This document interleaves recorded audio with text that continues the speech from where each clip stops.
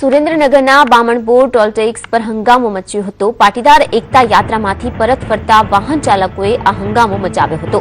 Toll tax ભરવા બાબતે toll tax કર્મચારી સાથે બબાલ થતા લાકડી વડે કારના કાચ તોડતા હંગામો સર્જાયો હતો। આ મુદ્દે પાટીદાર એકતા યાત્રાના કાર્યકરોએ બામણબોર ટોલટેક્સ પર ચક્કાજામ પણ કર્યો હતો।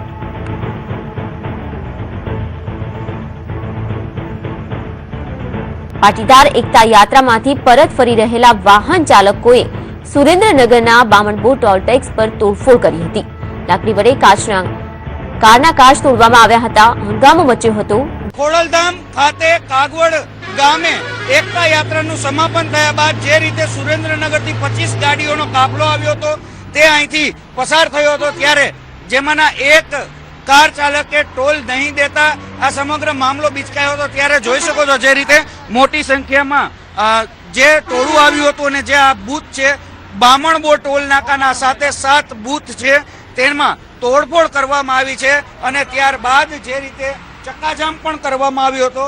ચક્કાજામ થયા બાદ લગભગ 10-10 કિલોમીટર સુધીની લાઈનો અહીંયા દેખાઈ હતી। લોકોને ઘણી મુશ્કેલીનો સામનો કરવો પડ્યો હતો।